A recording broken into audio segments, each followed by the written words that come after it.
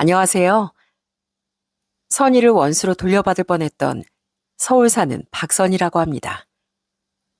저는 결혼한 뒤 정말 많은 일을 겪었어요. 시댁 식구들과 관련해서요.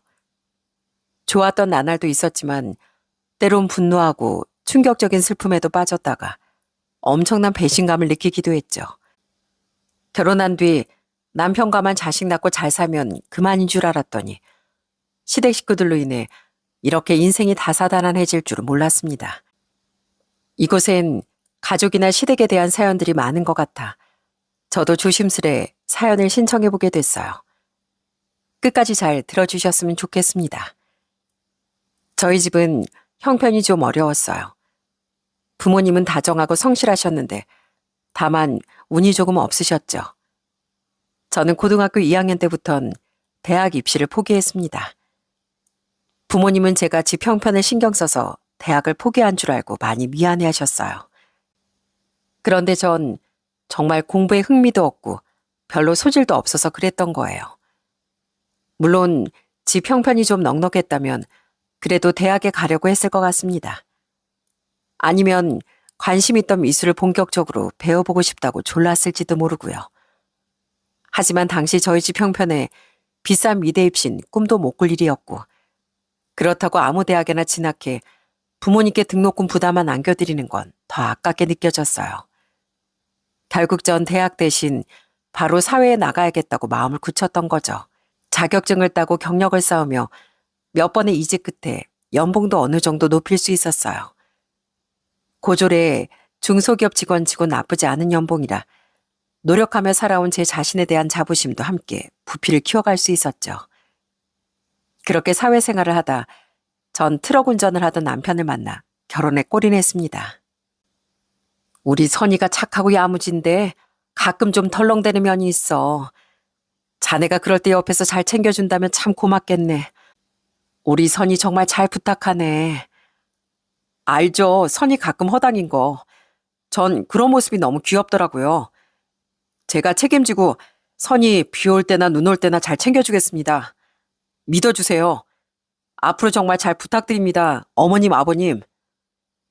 남편은 저보다 2살 연상으로 듬직하고 좋은 사람이었습니다. 부모님은 그런 남편을 참 마음에 들어 하셨고요. 남편은 책임감도 강해 결혼 생활 내내 아들이 없던 친정일에 발벗고 나서줬습니다. 부모님이 병원에 가실 일이라도 생기면 일을 빼서라도 직접 차로 모시고 갔고 저희 할아버지가 돌아가셨을 땐 맞사이로서 장례도 꼼꼼하고 든든하게 챙겨주더라고요. 제 동생이 결혼한 뒤엔 제부에게도 친형제를 대하듯 살갑게 잘 살펴주었고요. 형부는 사람이 정말 듬직한 것 같아. 알지? 우리 남편이 우리 아주버님보다 형부를 은근히 더 좋아하는 거. 동생이 둘이나 있어서 그런가? 제 동생은 저희 남편이 3남매 중 장남이어서 그렇게 듬직한 것 같다는 말을 자주 하더라고요. 동생 말처럼 남편에겐 시동생과 시누이 이렇게 2 동생이 있었는데요. 장남이었어도 그렇겠지만 시어머니께서 오래 편찮으시다 일찍 돌아가셨기에 남편은 자신이 일찍 의젓해진 것 같다고 말하더군요. 어머니가 돌아가신 건 내가 27살 때였지만 어머닌 거의 10년 넘게 투병하셨어. 집 형편이 그렇게 넉넉한 것도 아니어서 아버지가 고생을 많이 하셨지. 그래서 난 일찍 취직해서 아버지 짐을 덜어드리고 싶었는데 아버지가 대학은 가야 된다고 그렇게 타박을 하시는 거야. 집이 넉넉하지 못한 거지 자식들 대학도 못 보내줄 정도는 아니라면서. 난 어차피 공부도 잘 못했었는데 그런 아버지 생각해서 전무대는 어찌저찌 가게 됐었지. 전 가족을 위해 자신을 희생할 줄도 알던 남편의 따뜻함이 참 좋았습니다. 그런 남편의 곁에서 오래도록 의지할 수 있는 사람이 되어주고 싶었죠. 그런 남편처럼 시동생도 마음이 참 선한 사람이었어요. 형수님, 생일 축하드려요. 어머, 도련님, 뭐 이렇게 비싼 걸 사오셨어요? 별로 안 비싸게 샀어요. 어디서 백화점 상품권을 좀 선물 받았거든요. 저처럼 원래 공부에 흥미가 없었다던 남편과 다르게 시동생과 시누인 공부를 정말 잘했다더군요. 두 사람은 모두 우리나라에서 세 손가락 안에 꼽히는 명문대 출신이었죠. 시동생은 IT 관련 대기업을 다니고 있었는데요. 산에 모래 저렴하게 올라왔는데 형이랑 형수님 생각이 났다. 어디서 상품권이 생겼다. 출장 다녀오는 길에 면세가가 괜찮은 것 같다. 그냥 하나 사왔다 등등. 제게 최대한 부담을 주지 않으려 노력하며 선물을 많이도 해줬습니다. 물론 제게만 그랬던 건 아니고 제 남편과 시누이 시아버지도 정말 잘 챙기던 사람이었죠. 제가 대학 다니는 동안 형이 정말 많이 챙기고 도와줬거든요. 아버지도 마찬가지고요. 가족들이 아니었다면 제가 어떻게 이렇게 번듯한 인생을 살 수 있었겠어요. 그러니까 당연히 받은 만큼 돌려줘야죠. 제가 착해서 가족들을 잘 챙기는 게 아니에요. 남편도 저도 겸손하기까지 한 시동생을 참 많이 아꼈습니다. 반면 시누인 얘기가 좀 달랐어요. 아빠, 나 짜장면이랑 탕수육 먹고 싶은데 좀 시켜줘. 아, 양장피도. 야, 마재현. 넌 돈도 많이 버는 애가 먹고 싶으면 네 돈으로 시켜 먹지. 왜 아버지대로 시켜달래? 대학 다닐 때도 스스로 알바할 생각은 안 하고 아버지랑 나한테 용돈 달라 뭐 사달라 그렇게 돈도 나더니 너 직장인 돼서도 그러냐? 너 대체 언제 철들래? 아, 내가 뭐, 나 돈 별로 없어. 이번에 코 재수술하는데 다 썼단 말이야. 그놈의 성형은 대체 몇 번을 하는 거야? 그리고 그 좋은 대기업 다니면서 설마 모아둔 돈이 하나도 없다고? 그놈의 백화점 쇼핑 그렇게 해대고 해외여행을 수도 없이 돌아다니니까 그런 거 아니야. 그 돈으로 아버지께 제발 한 번이라도 효도 좀 해봐라. 어? 아, 진짜 오랜만에 아빠 집 와서 좀 편히 쉬고 있는데 왜 이렇게 잘난 척 잔소리야. 똥통 대학 나와서 트럭이나 모는 게. 뭐? 너 오빠한테 그게 무슨 말버릇이야? 아이, 몰라. 진짜 짜증나 정말. 막내였던 시누인 좀 오냐오냐 자랐다더군요. 시어머니가 병을 얻으시며 시누인 어렸던 나이부터 엄마의 보살핌을 받기 힘들었다고 합니다. 아무래도 막내였으니 남편과 시동생보다 시누이가 엄마의 손길이 가장 필요했을 텐데 그러질 못했으니 시아버지도 남편과 시동생도 모두 그런 시누이를 안쓰럽게 여겼다고 해요. 그래서 좀 제멋대로 굴더라도 우리 재현인 가여우니까 하는 마음에 아무도 모질게 굴질 못했다고 하더라고요. 특히 시아버지 마음이 많이 여리고 다정한 분이었기에 더더욱 안쓰러운 막내딸에게 약하셨던 거죠. 가여웠으면 그만큼 더 제대로 가르쳤어야 했는데 우리 가족들이 너무 물렀던 거야. 아무리 오냐오냐 했다고 해도 그렇지 저렇게 철이 없게 클 줄은. 아휴, 어떻게든 스스로 학비 벌어서 대학 다니려던 준혁이랑 다르게 재현이겐 학비가 뭐야. 학비부터 자기 쓸 용돈까지 전부 아버지랑 나한테 달라고 했어. 맡겨놓은 것처럼 당당하게. 친구들이랑 여행 가게 여행비마저 달라고 하는데 진짜 이건 아니다 싶어서 난 혼을 냈었거든. 근데 아버진 그냥 웬만한 요구는 다 들어주시더라고. 걔가 딱 대학에 입학했을 때 어머니가 돌아가셨는데 그때 재현이가 많이 우울해했었거든.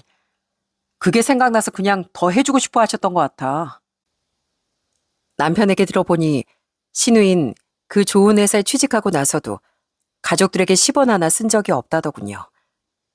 시누이도 시동생처럼 대기업을 다니고 있었는데 시아버지께 그 흔한 빨간 내복 한 벌 해드린 적 없이 여전히 이거 해달라 저거 사달라 하기 바빴다네요.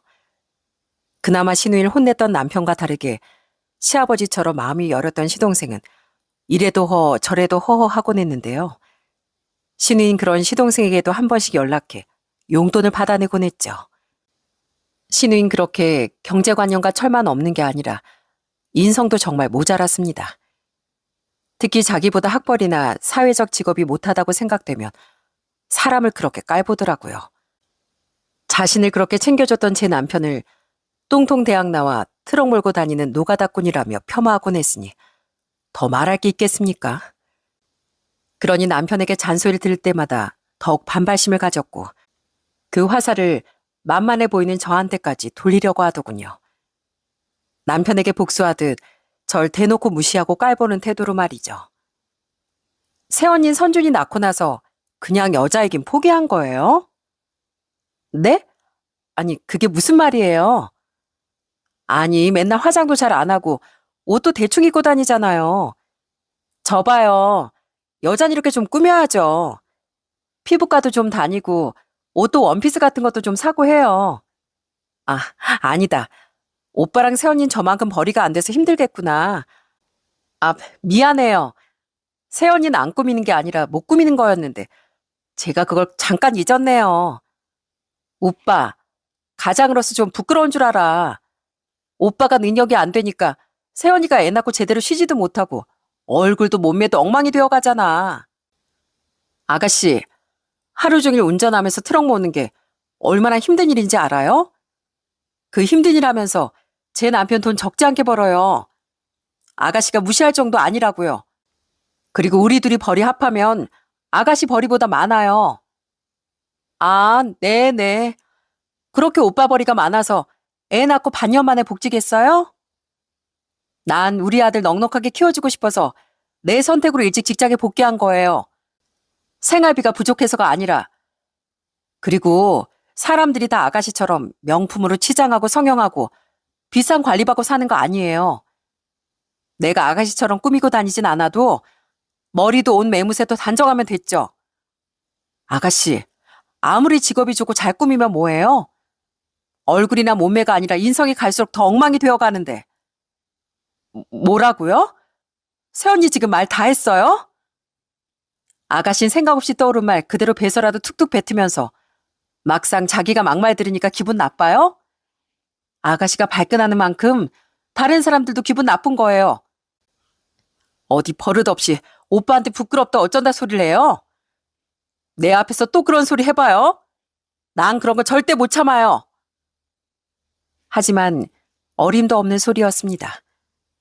전 참지 않고 신우에게 고스란히 받은 대로 돌려줬어요. 평소 제 남편에게 하도 막말을 해대 속으로 벼르고 있었거든요. 이놈 잘 걸렸다 싶었던 거죠. 그랬더니 신우인 그 뒤로 이를 갈며 저만 보면 더 시비를 걸려고 하더군요. 선준아, 넌 큰일 났다. 요즘엔 부모가 똑똑해야 자식들 공부도 잘 봐주고 교육도 똑똑하게 시켜줄 수 있는 법인데 넌 어쩌니? 너희 엄마도 아빠도 가방끈이 너무 짧아서. 지금 어린애 앞에서 무슨 헛소리예요? 그리고 아가씨 걱정부터 하세요. 전 아가씨가 누구랑 결혼해서 애 낳는다고 생각하면 그 애가 너무 걱정되거든요.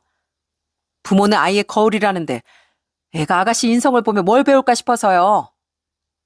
새언니, 언닌 학사모 같은 거 한 번도 안 써봤죠? 하긴 대학 문턱이나 가봐서 졸업 학사모를 써보지. TV에 저런 대학생들 졸업하는 장면 나오면 엄청 배 아프겠다. 그죠?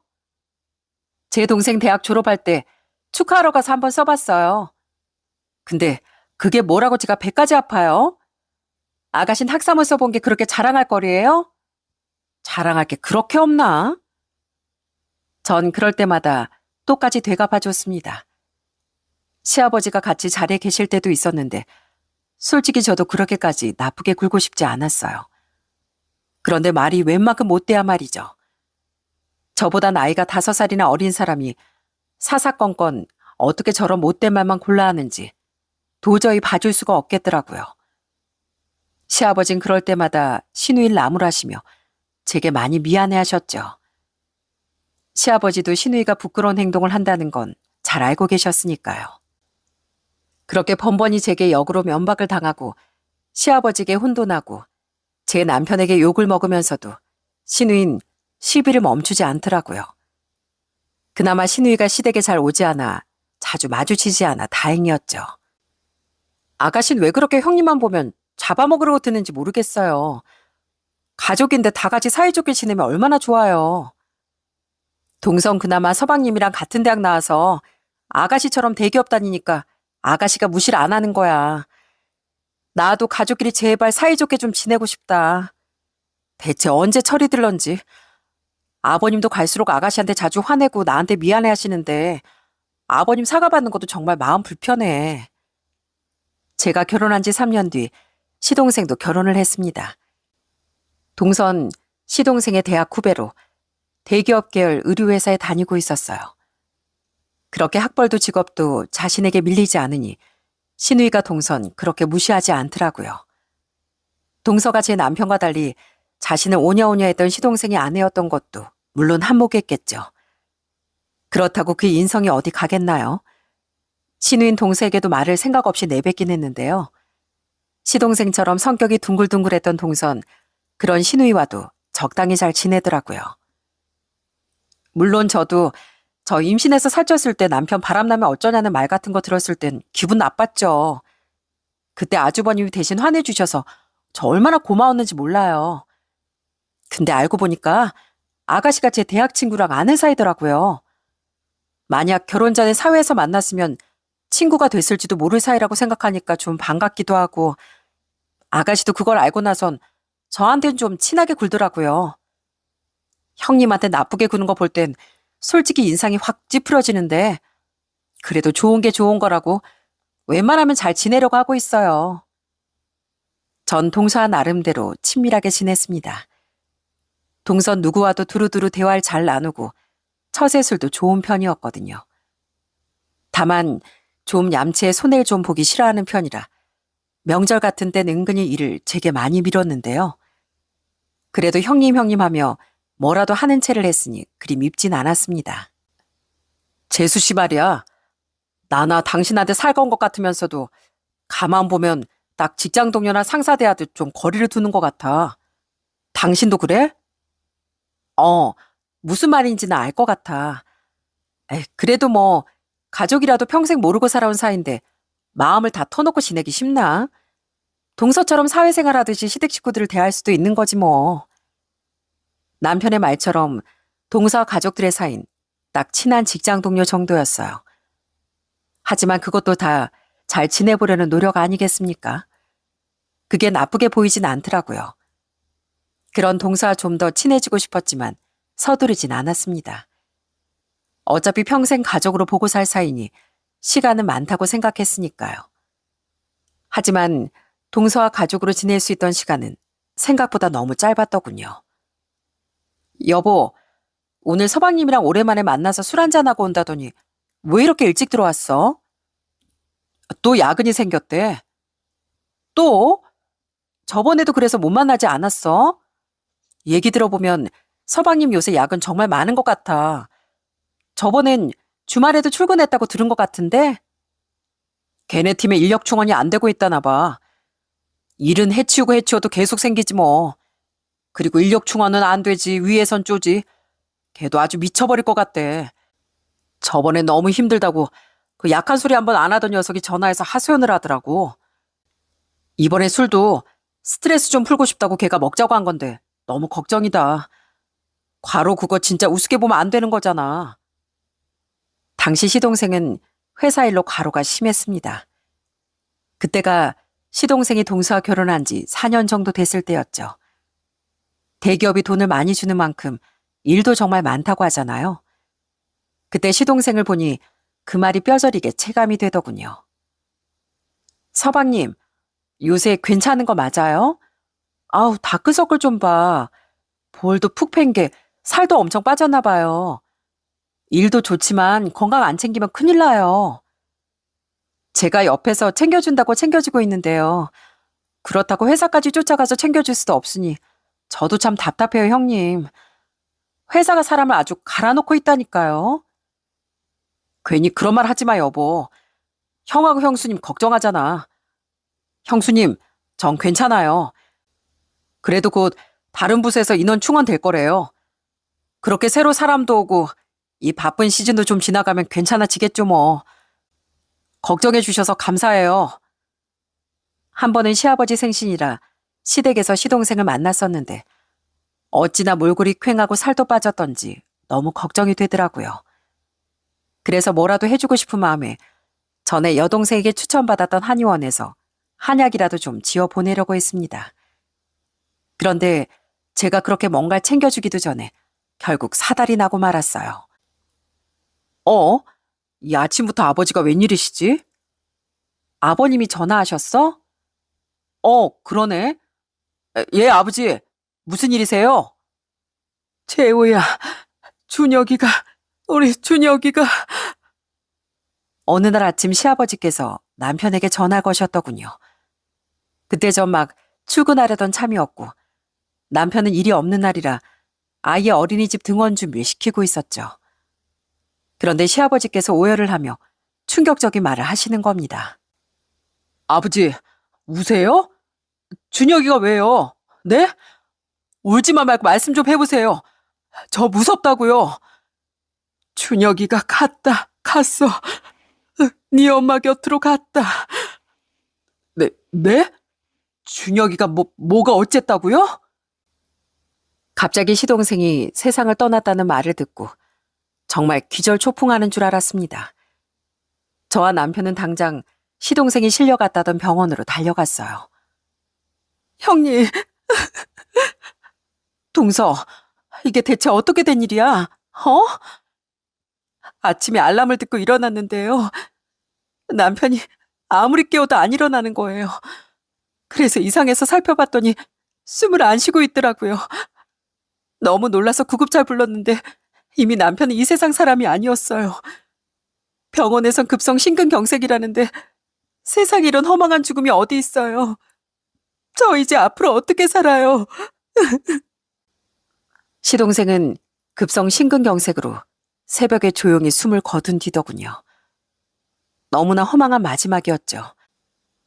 동선 제품에 안겨 흐느꼈고 시아버진 장례를 치르는 내내 울부짖으셨습니다. 마누라 먼저 보내고 그 뒤는 나 알 줄 알았더니 준혁이 네가 왜 그렇게 서둘러 떠난 거냐. 이 어린은 애민 또 어떻게 살라고. 준혁아, 이 형이 지켜주지 못해서 미안해. 우리 모두 슬픔에 빠졌습니다. 그 와중에 동서와 조카에게 하나 다행이었던 건 시동생의 회사에서 시동생의 사망 원인이 과로로 인한 급성 심근경색이라는 걸 빠르게 받아들였다는 거예요.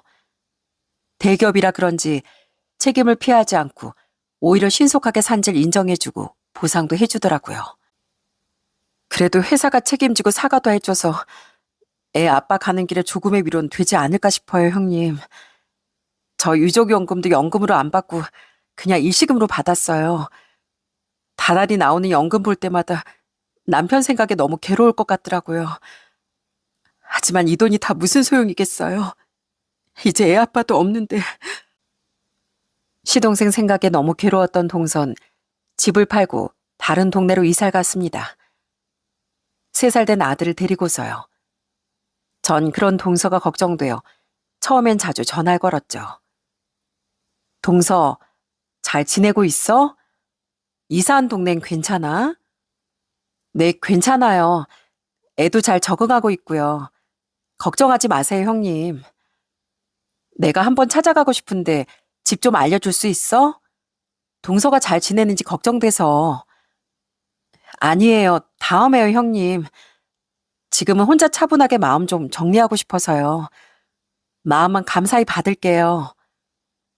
저는 동서를 만나 더 챙겨주고 싶었습니다. 친정도 지방이고 형제가 없는 외동이었기에 저라도 뭐라도 해주고 싶었거든요. 하지만 동선 정중히 거절하더군요. 그냥 내버려둬요, 새언니. 알아서 잘 살겠지 뭘 그렇게 걱정해요. 똑똑하고 야무진 사람인데 나한테나 뭐라도 좀 해줘요, 새언니. 나 요즘에 투자 공부를 좀 하고 있는데요. 엄청 좋은 투자 정보가 있거든요. 새언니랑 오빠 돈 좀 모아놓은 거 있죠? 그거 나한테 한번 맡겨봐요. 네? 내가 진짜 그 돈 2배로 불려줄 테니까요. 저는 시아버지가 걱정되어 남편과 함께 시댁에도 자주 갔었는데요.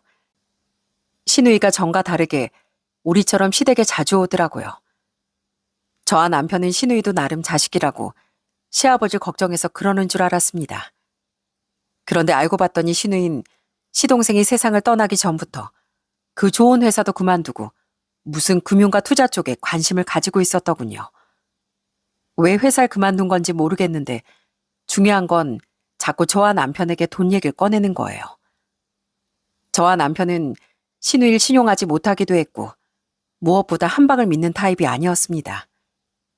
잘 알지도 못하는 곳에 돈을 투자하는 위험을 감수할 생각이 전혀 없었거든요. 그래서 딱 잘라 거절했는데 신우인 계속 우리에게 돈돈거리더군요. 결국 남편이 신우에게 버럭 화를 냈죠. 안 한다고. 너 대체 요즘 뭐 하고 다니는 거야? 너 솔직하게 말해봐. 회사 왜 때려치웠어? 누가 너한테 투자가 돈이 쏠쏠하다고 바람이라도 넣었어?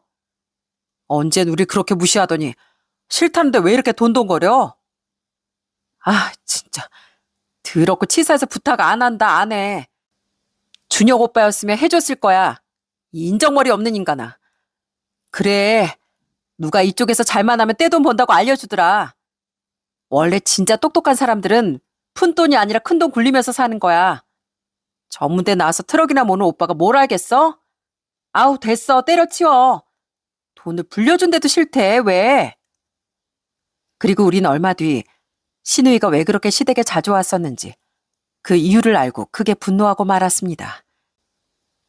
실은 재현이가 회사 그만두고 금융투자일을 해보고 싶은데 한 번만 도와달라기에 몇 번 내가 돈을 줬었다. 조금 모아둔 노후 자금에서 좀 떼서 말이다. 그런데 내가 더는 안 된다고 했더니 이 집 담보로 대출이라도 받아서 달라고 떼를 쓰지 뭐냐. 너무 기가 막혀서 넌 나한테 미안하지도 않냐고 화를 냈다. 그러니까 완전히 삐져선 자기 엄마 유품이 큰 반지까지 훔쳐서 집을 나가버리더라. 나중에 반지 없어진 걸 알고 전화해서 호통을 쳤더니만 그 뒤론 집에 발길도 안 해. 아휴, 내가 애를 오냐오냐 하다 금수로 키웠다, 금수로. 신우인 시아버지에게 돈을 뜯어내려 시댁에 자주 왔었던 겁니다. 심지어 시어머니의 유품을 훔치고 시아버지께 대출까지 요구했다는 말에 정말 기함을 했어요. 남편은 바로 신우에게 전화해 욕을 퍼부었죠. 야, 마재현, 네가 사람이냐? 어떻게 어머니 반지를 훔쳐? 너 그거 빨리 아버지께 안 돌려드려? 이미 팔아서 돈도 다 썼는데 아빠가 사람 짜증나게 하니까 그렇지. 근데 그게 오빠 거도 아닌데 왜 오빠가 난리야? 뭐? 야, 아버지 노후 자금까지 뜯어가 놓고 집 담보로 대출까지 받아달라는 게 자식 입에서 나올 소리야? 아버지 등골을 남김없이 다 파먹어야 속이 시원하겠어? 아버지도 오죽 어이가 없으셨으면 너한테 썩을 자식이란 말까지 하셨겠어? 너 앞으로 영원히 아버지 집에 오지 마. 알았어? 난 그냥 너 같은 거 없는 동생이라고 생각하고 살 테니까 내 눈에 띄면 너 가만 안 둘 줄 알아? 나도 큰오빠 싫어. 안 봐. 안 보고 살면 되잖아. 아빠 내가 보고 살든 말든 알아서 할 테니까 신경 끄셔. 웃겨 정말. 참을성이 한계에 달했던 남편은 그날부로 신우이와의 연을 끊어버렸습니다. 시아버지도 그땐 신우이에게 단단히 화가 나셨었는데 그래도 신우인 한 번씩 우릴 피해 시아버지를 보고 가는 것 같긴 하더라고요. 시아버진 그래도 자식이니 오면 밥은 챙겨주셨던 것 같은데 절대로 더는 돈을 해주진 않으셨죠. 와서 한 번씩 돈 얘기를 꺼낼 때마다 그럴 거면 오지 말라고 했더니만 입을 다물긴 하더구나. 대체 걔를 어째야 하니. 아휴. 다행히 시아버지가 돈에 대한 마음은 굳게 걸어 잠그신 것 같아 그나마 안심이 되었습니다. 그렇게 신우이와 인연을 끊은 지 1년 반, 시동생이 세상을 떠난 지 2년 반쯤 되었던 어느 날, 전 오랜만에 걸려온 동서의 전화를 받게 됐어요. 그동안 가끔 통화는 했는데 동서가 매번 거절해 얼굴은 보지 못했거든요. 남편이 조카를 걱정해 남편과 함께 동서를 좀 살펴주고 싶었건만 많이 아쉬웠죠. 그래도 잘 지내고 있겠지 생각했는데 그날 동서가 너무 가슴 아픈 얘기를 하는 거예요. 형님, 실은 저 부탁이 있어서 전화드렸어요. 부탁? 무슨 부탁? 저 돈 좀 빌려주시면 안 될까요? 빌려주실 수 있는 대로 좀 많이요. 저희 애가 요즘 많이 아파요. 병명도 처음 들어본 희귀병에 걸렸는데 그게 보험이 안 되는 게 너무 많아서 치료비가 너무 많이 들어요. 뭐? 희귀병? 아니, 애가 얼마나 아픈데. 그래도 동서, 서방님이 남긴 유산이랑 산재로 받은 돈도 있잖아.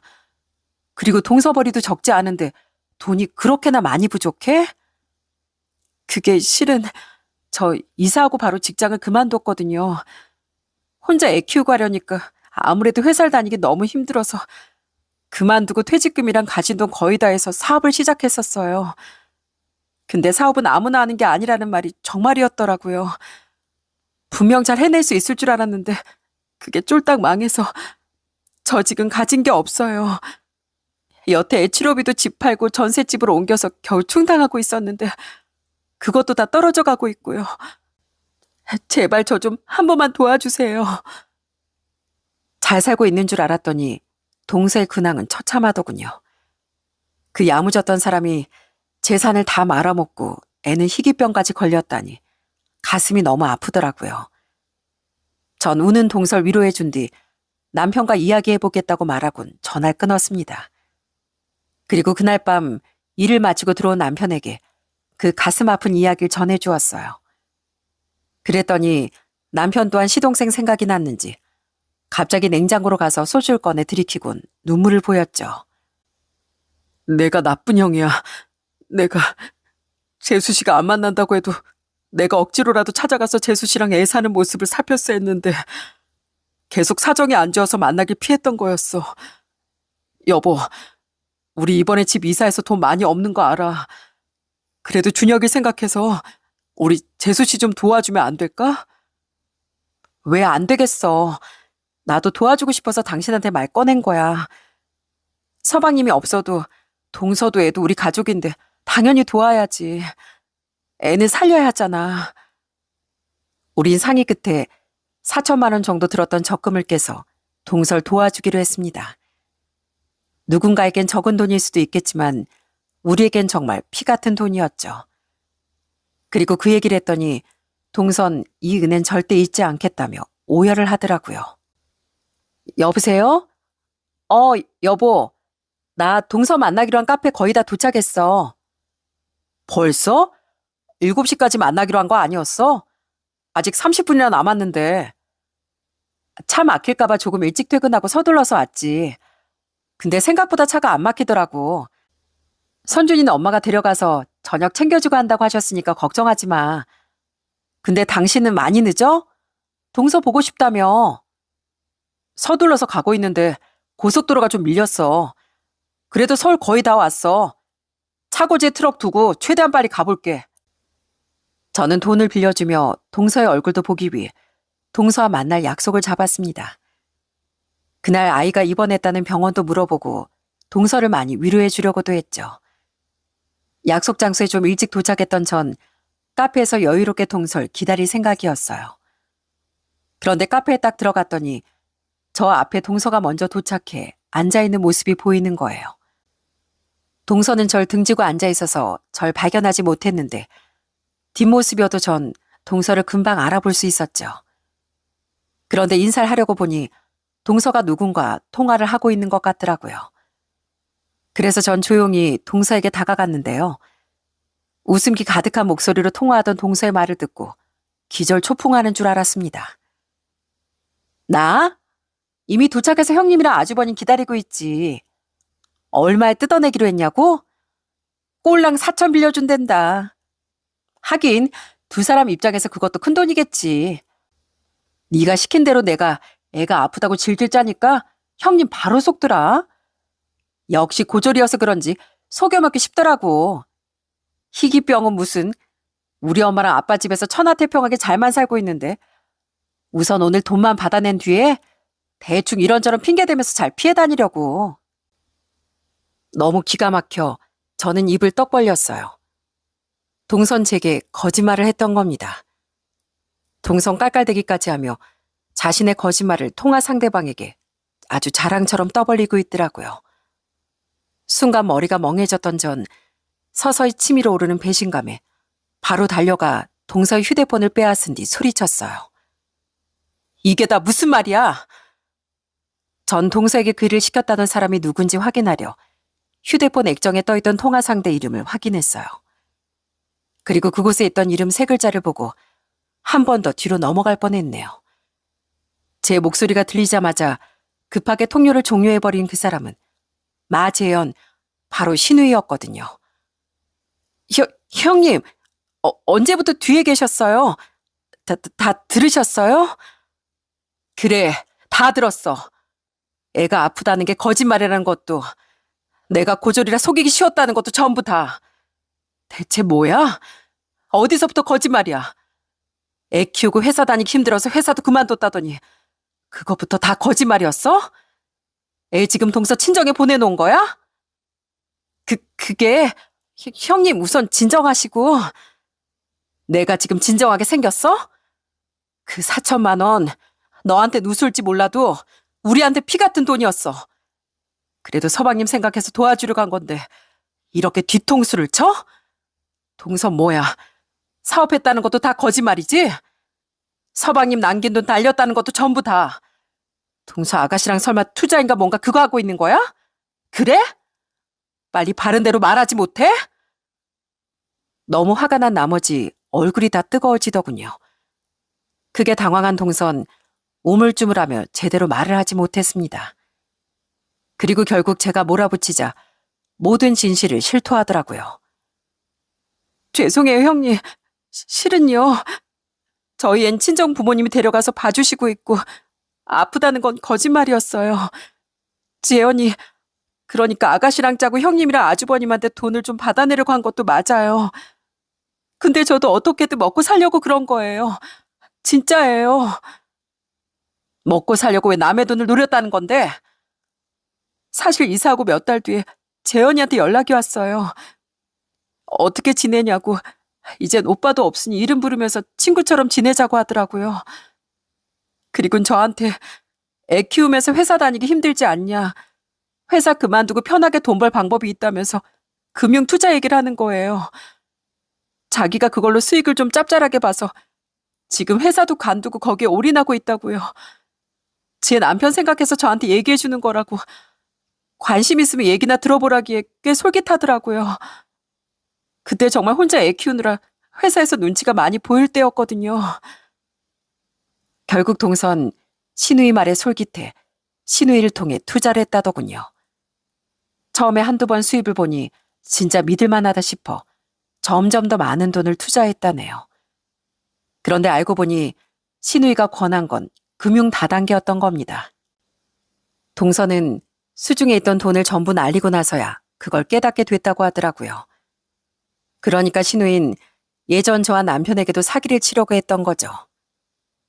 진짜 눈앞이 막막했어요. 재현이 그때 미안하다고, 원래는 수익이 나기도 하는데 이번엔 운이 좀 없었다고 하는데 그럼 뭐 하나요? 돈이 돌아오는 것도 아닌데. 말이 재테크지 그냥 금융 사기였던 거예요. 동서도 처음에 신우일 크게 원망하며 화를 냈다더군요. 그런데 그 이후 동선 신우의 꼬드김에 또 넘어가 버렸다네요. 동선 자신도 피해자였으면서 신우이와 합심해 똑같이 금융사기를 치기 시작했던 겁니다. 회사까지 그만두고 아이는 친정에 맡기면서요. 늦게 배운 도둑질이 무섭다잖아요. 한번 시작하니까 멈출 수가 없겠더라고요. 근데 형님, 저도 재현이한테 당해서 이 길로 들어서게 된 거예요. 제가 잃은 돈을 만회할 방법은 똑같이 사기를 치는 방법밖에 없다고 생각했거든요. 그래서 이번엔 그 타깃이 나였다고? 네. 재현이가 형님이랑 아주버님은 투자라고 하면 절대 돈 안 내놓을 테니까 거짓말로 돈을 뜯어내야 된다고 했어요. 걔가 아주버님한테 앙심을 좀 품고 있더라고요. 전 금융사기를 치나 거짓말 하나 그게 그거라는 걔 말이 혹해가지고 다 걔가 시켜서 한 거지 걔 아니었으면 전 그래도 형님이랑 아주버님한테 이런 짓 하진 않았을 거예요. 죄송해요. 그걸 지금 변명이라 하고 있는 거야? 동서도 사기를 당했으면서 다른 사람들한테 똑같이 사기를 쳐? 그 좋은 머리를 사람들 속이는데 쓰고 있었냐고 너네 둘 다. 차라리 아가씨를 고소를 하지. 어떻게 똑같이 범죄자가 돼? 부끄러워서 애 앞에서 얼굴을 어떻게 들려고 이러냐고.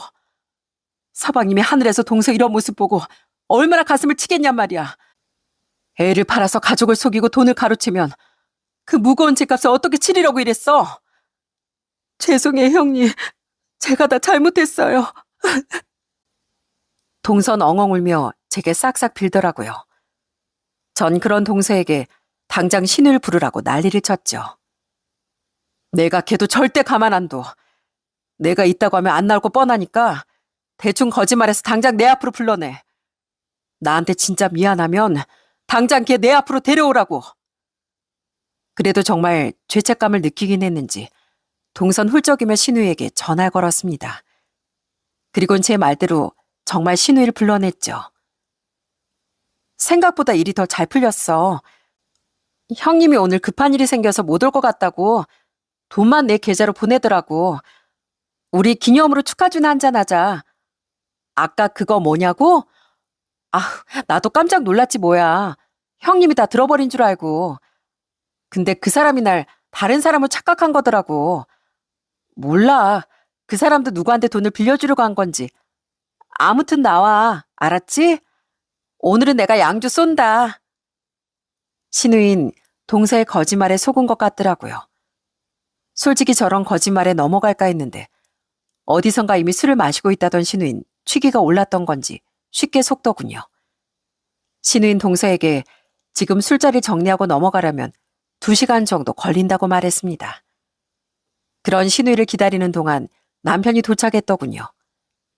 남편은 모든 진실을 듣고는 기가 막히다는 표정으로 동서를 바라보더라고요.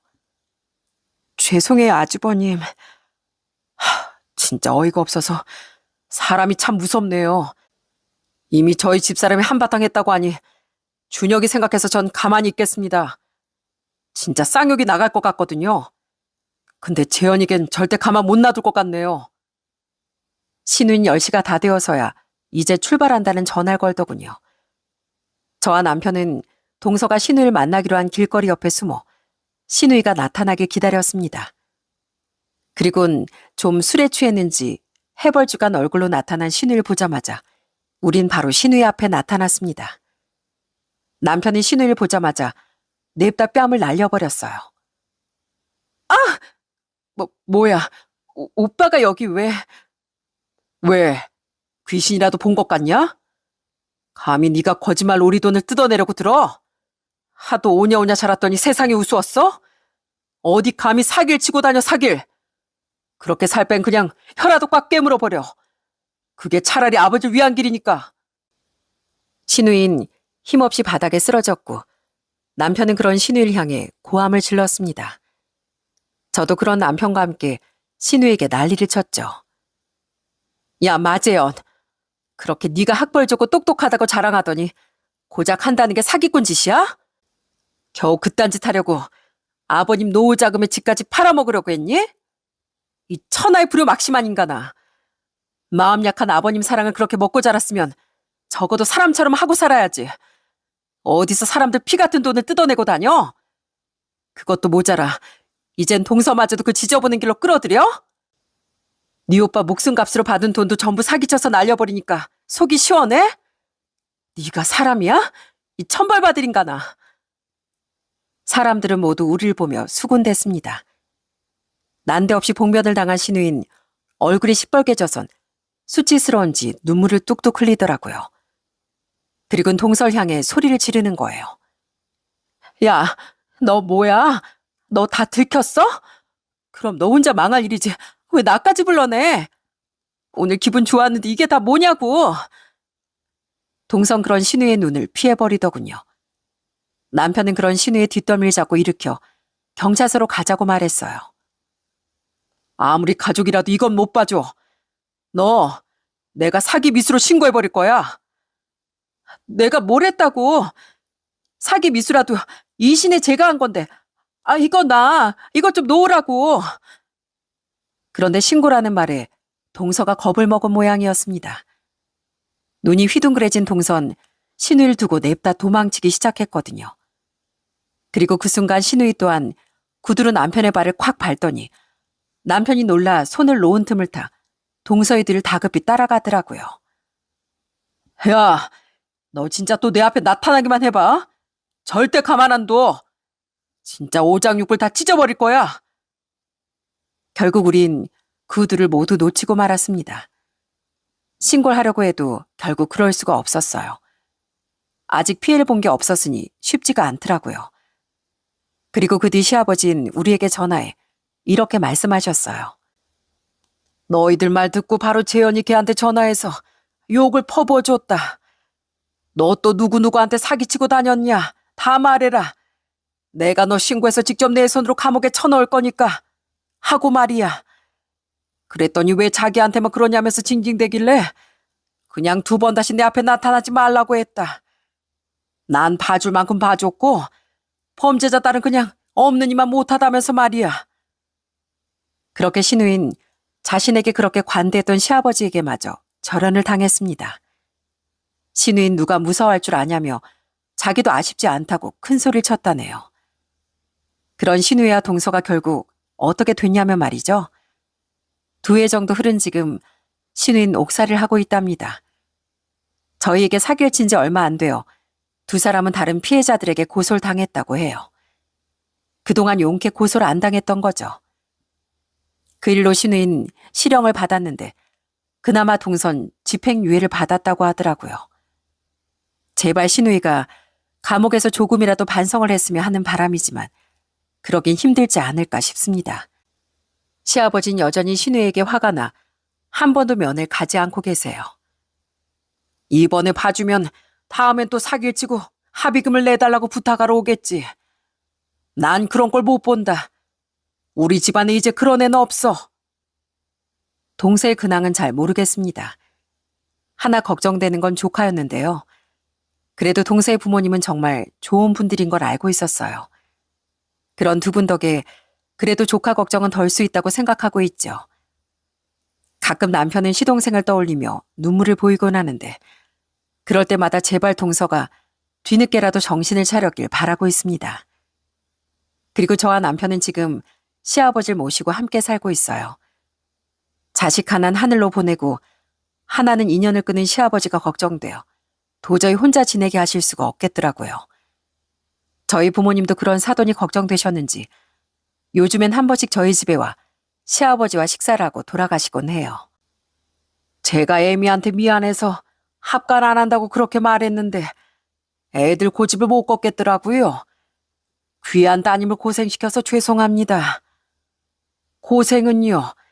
자기가 원해서 사돈어를 모시고 있는 건데 애들 듣기 서운할 거예요. 적적하실 텐데 이렇게 애들 효도, 손주 효도 받고 지내시는 모습 보니까 저희 마음이 다 놓입니다. 시아버진 괜히 제게 많이 미안해 하시는데요. 그런 시아버지가 더 편하게 지내실 수 있도록 요즘 많이 노력하고 있답니다.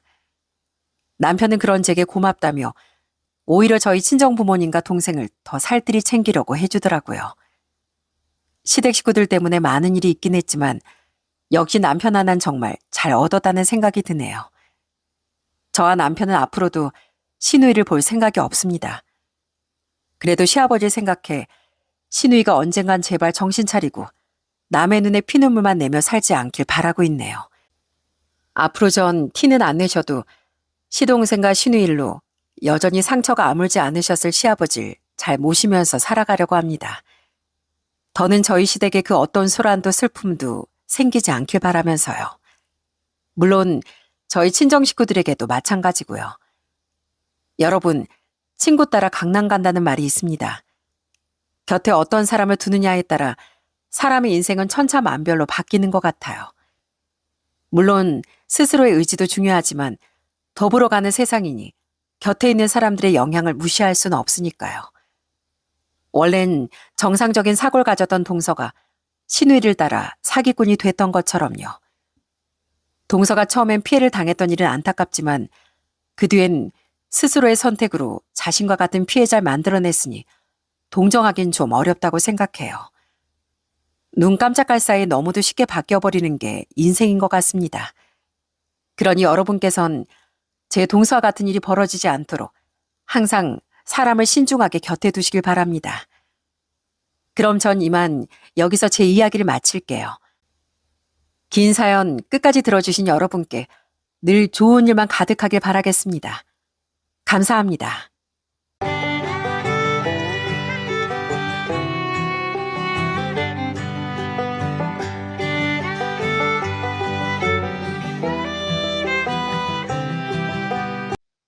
안녕하세요. 저는 겉모습보다 사람의 진가를 알아보려고 하는 30대 직장인 유재현입니다. 여러분은 사람의 진가를 무엇으로 판단하시나요?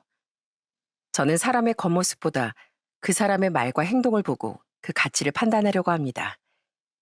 작은 배려, 성실함, 그리고 진심에서 우러나오는 따뜻함이야말로 그 사람의 진가라고 믿거든요. 물론 그걸 한눈에 발견하기는 어렵겠지만 아무리 숨기려고 해도 절대 숨길 수 없는 것이 또 사람의 진심이라고 생각합니다. 하지만 안타깝게도 전 결혼 전에 시어머니의 욕망으로 가득 찬 진심을 보게 되고 말았네요. 한편으론 결혼 전에 시모가 어떤 사람인 줄 알아서 다행이라고 해야 할까요? 대체 저희 시모가 어떤 사람이길래 제가 이렇게 학을 떼는지 지금부터 바로 말씀드릴게요.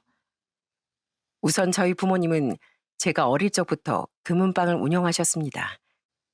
규모가 크진 않았지만 그래도 신혼부부나 가족 단위 고객들에게 꽤 괜찮은 금은방이라고 소문난 집이었어요. 그래서인지 학창시절엔 저희 집이 엄청난 부자라는 소문이 돌기도 했습니다. 야, 재현아, 너희 집은 침대나 소파도 금으로 만든 거 쓴다며? 집에 들어가면 화장실 타일까지 금이라던데? 뭐? 그게 무슨 소리야? 금으로 된 침대를 어떻게 쓰냐? 허리 아프게. 그리고 누가 미쳤다고 화장실 타일을 금으로 깔아. 아무래도 부모님이 금은방을 하시니 이런 소문이 도는 것도 이상한 건 아니었지만 저 나름대로 억울한 부분도 있었습니다. 일단 부모님은 제가 돈의 소중함을 알길 바라셨어요. 그래서 오히려 또래 친구들보다 용돈이 적으면 적었지 여유 있게 떡볶이 한 번을 사 먹은 적이 없었답니다. 그리고 부모님이 입버릇처럼 말씀하시던 게 있었어요. 재현이 너 엄마 아빠가 확실하게 얘기하는데 너한테 경제적으로 지원해주는 건 딱 대학 등록금까지야. 대학에 가서도 생활비는 네가 알아서 벌고 부모만 믿고 사치스럽게 사는 거 난 절대 못 본다. 이것만 봐도 저희 부모님이 얼마나 냉정하신 분들인지 아실 겁니다. 심지어 전 외동딸인데도 말이죠. 덕분에 전 대학에 들어가자마자 아르바이트를 두세 개씩 뛰어야 했습니다. 이 때문에 처음엔 제가 몹시 가난한 집에서 사는 줄 알던 친구들도 저희 부모님의 직업을 알면 전부 의아하게 묻곤 했어요. 재현아, 너희 집에 금부치가 그렇게 많은데 넌 왜 맨날 아르바이트만 하는 거야? 부모님 몰래 하나만 슬쩍 해도 1년 알바 안 해도 되겠다 얘. 야, 그런 말 꺼내지도 마. 진짜 그랬다간 당장 나 콩밥부터 먹이실 분들이니까. 나한테 그 흔한 도금 귀걸이 하나 공짜로 안 주신다니까. 하지만 한편으론 부모님이 워낙 엄격하게 가르치셔서 사칠 모르고 자란 게 감사하기도 합니다. 전 가지지 못한 걸 탐내기보단 현재 제가 가진 걸 만족해하는 성격이었거든요. 제가 지금까지 다니고 있는 직장도 계약직이었지만 복지도 좋고 조건도 나쁘지 않아 전 굉장히 만족하는 편이었습니다. 물론 가끔 친구들이 계약직인데 괜찮냐고 묻기도 했어요. 재현이 너 정도면 연봉이 조금 낮더라도 정규직인 회사를 알아보는 게 낫지 않아? 난 계약직이라면 아무리 조건이 좋아도 좀 그렇더라. 내가 다른 회사에서 일을 안 해본 게 아니잖아. 난 계약직이란 조건보다 지금 하는 일이 재밌기도 하고 또 내가 여기서 인정받고 있다는 게 훨씬 중요해. 솔직히 말하면 정규직이라고 무조건 안정적인 것도 아니고 오히려 마음에 안 드는 회사 들어가서 버티는 것보다 지금처럼 나한테 잘 맞는 데서 일하는 게 훨씬 좋아. 열심히 일하면 정규직 전환이 가능하기도 하고. 그래, 너 뚝심하면 유재현이지. 누가 널 말리겠냐? 넌 계약직으로 시작해서 임원직까지 하래잖아. 제가 이렇게 당당하게 말할 수 있던 건 그만큼 저희 회사에 애정이 있었고 좋은 동료들이 많은 곳이었기 때문이었어요. 다른 회사에선 그 흔하다는 계약직 텃세도 없고 특히 배울 점이 정말 많은 선임들이 많았거든요. 특히 저희 과장님은 회사 창립 이래 최연소 과장을 단 분이었습니다. 능력이 뛰어난 건 말할 것도 없고 후임들에게 자상하고 존경스러운 선배로 입소문이 자자한 편이었어요. 그래서 최연소로 과장을 단 이유를 알 것도 같았습니다. 그런 과장님이 제게 첫눈에 반해 호감이 생겼다고 했을 때 솔직히 전 잠깐 제 귀를 의심할 정도였어요. 사적으로 이렇게 연락하는 거 불쾌할 거 압니다. 하지만 나도 더는 억누르기 어려울 만큼 재현 씨를 향한 마음이 커지는 걸 어쩔 수가 없네요. 혹시 이런 제 고백이 많이 불편했다면 미안합니다. 과장님의 고백은 평소 성격처럼 차분하고 예의 있었어요. 저도 가만 생각해보니 매사에 열심히 한 과장님이 나쁘지 않았던 것 같아요. 일에 열중한 모습이 멋있다고 생각한 적도 있었고요. 오래전부터 제 이상형은 외모나 겉모습보단 제가 존경할 수 있는 남자였거든요. 결국 전 과장님의 고백을 받아들였고 저희는 사내 커플이 되었습니다. 같은 회사에서 사귀면서도 남자친구는 공과사를 굉장히 확실하게 구분했습니다. 회사에선 여전히 과장님으로 절 대했고 사무실에서 다정한 말 한마디 건네는 법도 없었어요. 처음엔 그런 모습이 살짝 서운하긴 했지만 동시에 한편으론 그런 철저한 태도가 오히려 더 믿음직스럽고 멋있게 느껴지기도 했습니다. 퇴근 후엔 다시 다정한 남자친구가 되어주기도 했고요. 아까 내가 보고서 가지고 잔소리해서 기분 많이 상했지? 미안해. 아, 회사에서 몰래 연애하기도 정말 힘들다. 남자친구는 그러더니 한참이나 망설이다가 다시 입을 열더라고요. 지금처럼 몰래 숨어서 만나는 사이 말고 당당하게 같이 퇴근하고 집까지 함께 갈 수 있는 사이였으면 좋겠어. 나 재현이 네 옆에 당당하게 서고 싶어. 그래서 말인데 이런 나라도 괜찮다면 나랑 결혼해 줄래? 남자친구는 제게 프로포즈를 하면서 몹시 긴장한 듯 손을 덜덜 떨고 있었습니다. 평소에 언제나 자신감 있고 당당하던 모습은 어디 가고 말까지 더듬는 걸 보니 그 모습이 오히려 더 진심으로 다가오더라고요. 난 이런 당신이라서 더 좋은데? 나도 이제 당당하게 당신이 내 사람이라고 말하고 싶어. 우리 결혼하자. 전 남자친구의 프로포즈를 기쁘게 받아들였습니다. 지금 생각해보면 그때만큼 기뻤던 적이 없었던 것 같아요. 예비 남편은 추진력이 좋은 편이라 곧장 저희 부모님께 인사를 드리고 싶어 하더라고요. 부모님이 예비 남편을 좋아하실 건 알았지만 평소에 워낙 무뚝뚝한 편이시라 혹시 남편이 괜히 상처받진 않을까 걱정이기도 했어요. 하지만 그런 제 걱정이 무색하게 사위사랑의 1등인 분들이시더군요. 아이고, 우리 사이가 능력만 좋은 게 아니라 인성까지 끝내주는구먼. 내가 평생 하는 일이 뭔가, 이 보석이 얼마나 가치가 있나 보는 일 아닌가. 내가 보기엔 우리 사이는 다이아몬드야, 다이아몬드. 흠잡을 데가 없는 사람이라고. 전 엄마가 이런 말까지 할 수 있는 분인 걸 그때 처음 알았습니다. 아빠도 연신 우리 사이 하시며 예비 남편을 반기셨어요. 그도 그럴 것이 저희 부모님께 남편이 얼마나 잘했는지 모릅니다. 한 번은 예비 남편이 바쁜 일이 있다며 퇴근을 하고 급하게 어디론가 가더라고요. 저한테 말도 없이 어딜 그렇게 가나 했더니 알고 보니 저희 아빠를 만나러 간 거였습니다. 사실 그 무렵 저희 아빠가 최신 스마트폰으로 핸드폰을 바꾸시고 사용법을 몰라 매번 힘들어 하셨거든요. 예비 남편은 그걸 알고 아예 아빠를 모시고 핸드폰 사용법 가외를 해드렸답니다. 장인어른 잘 보세요. 매번 번거롭게 은행까지 가셔서 업무 보지 마시고 이 어플을 까시면 집에서도 은행 일을 보실 수가 있어요. 자, 여기 파란색 그림을 클릭하시고요. 어디? 아, 이걸 이렇게 클릭하면 된다고? 저희 아빠 굉장히 기계치에다 고집도 센 편이라 솔직히 알려드리기 쉽지 않았을 텐데 예비 남편은 얼굴 한번 안 찡그리고 그렇게 몇 시간이고 사용법을 알려드리더라고요. 전 또 한 번 남편이 존경스러웠어요. 이뿐만 아니라 저희 엄마가 평소에 엄청 좋아하시던 가수분이 있으셨거든요. 엄만 매번 그 가수 콘서트에 가고 싶어 하셨는데 경쟁률이 너무 높아서 저 역시 표를 구할 엄두도 못 내고 있었어요. 그런데 어느 날 남편이 그 쟁쟁한 경쟁률의 콘서트 표를 무려 2장이나 구해왔더라고요. 어머, 이거 이번 가을 콘서트 표 아닌가? 자네 이걸 어떻게 구했어? 재현이도 맨날 구해본다고 하고 못 구한 표인데. 장모님 이렇게 좋아하시니까 저도 기쁘네요. 사실은 회사에 젊은 후배들한테 선물 하나씩 해주고 부탁했어요. 역시 젊은 친구들이 손이 빠르던데요.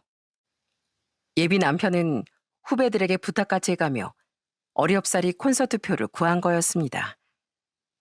덕분에 저희 엄만 친구분까지 데리고 그렇게 꿈에 그리던 콘서트를 다녀오실 수 있었죠. 그때 공연이 얼마나 좋으셨는지 몇 년이 지난 지금도 말씀하신다니까요. 그때 생각만 해도 아직도 내 심장이 쿵쿵 뛰는 것 같다니까.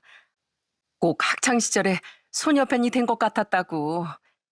이게 다 우리 사위 때문이잖아. 고마워, 사위. 예비 남편은 외동딸인 제게 못해드리는 부분까지 챙기려고 노력하곤 했습니다. 제 부모님께 작은 선물이나 기념일 이벤트를 챙기는 건 물론이고 제가 미처 신경 쓰지 못하는 일까지 먼저 살펴주셨죠. 전 결혼 전부터 가족처럼 처가를 살피는 예비 남편에게 참 고마웠습니다. 그래서 저도 예비 남편만큼이나 시댁을 챙기고 싶었어요.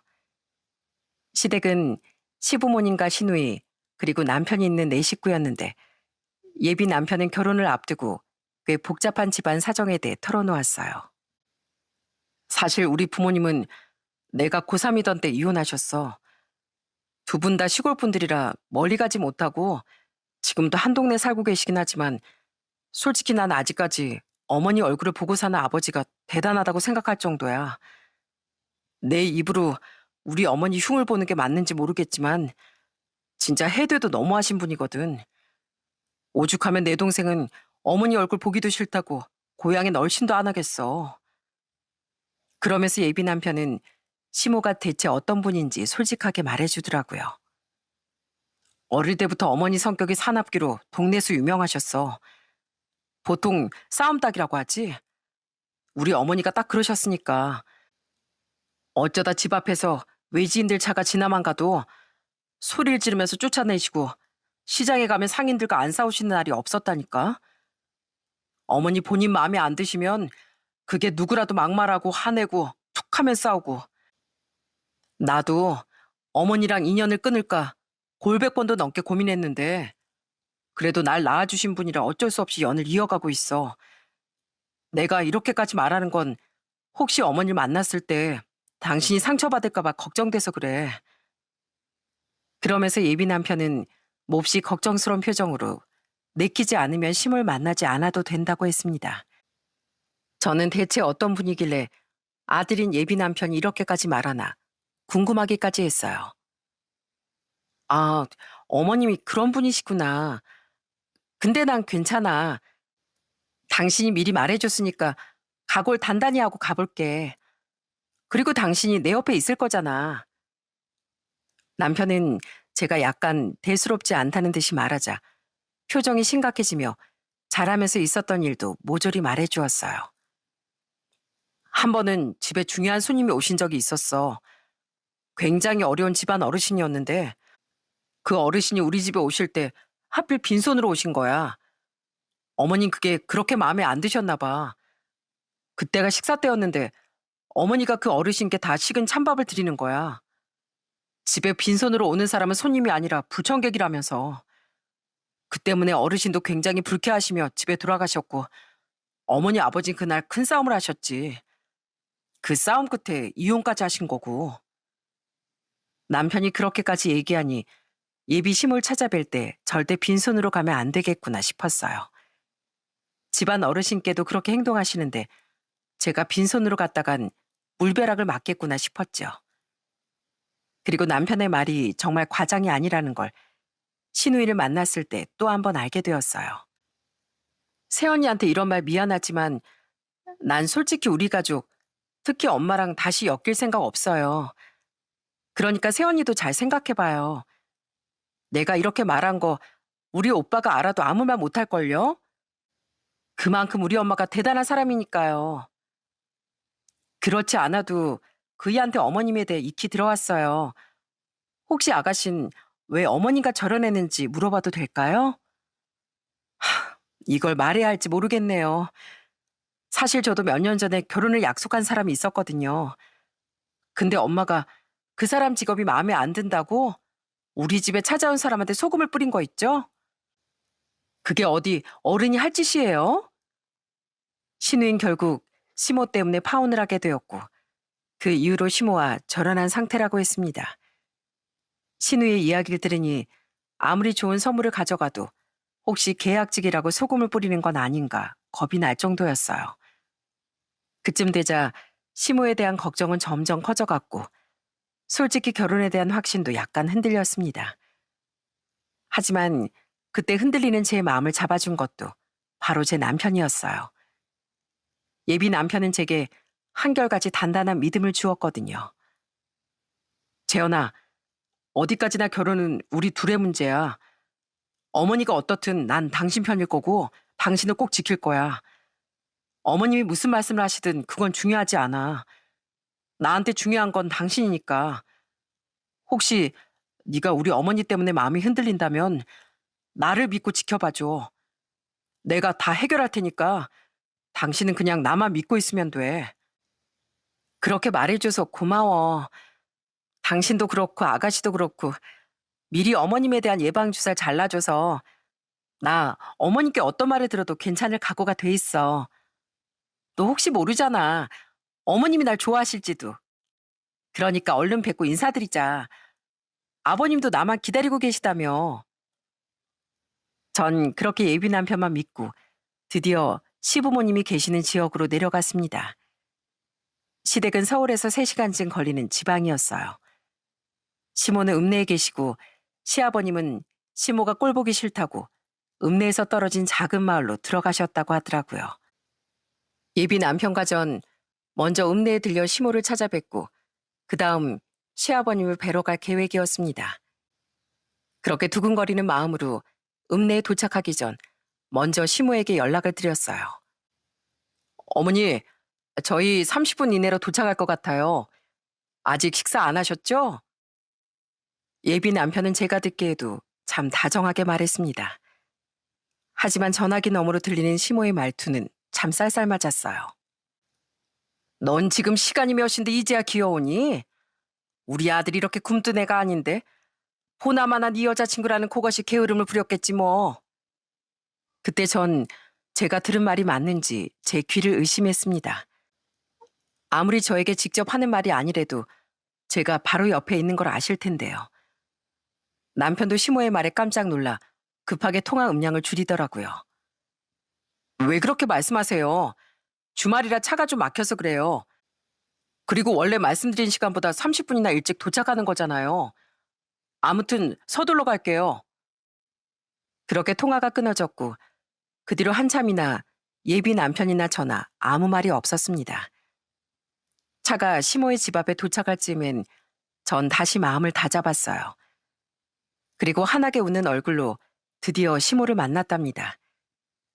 그때까지만 해도 제가 잘하면 시모도 마음을 열어주실 거라고 생각했거든요.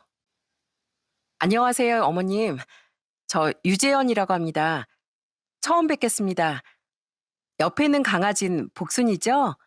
복순아, 안녕?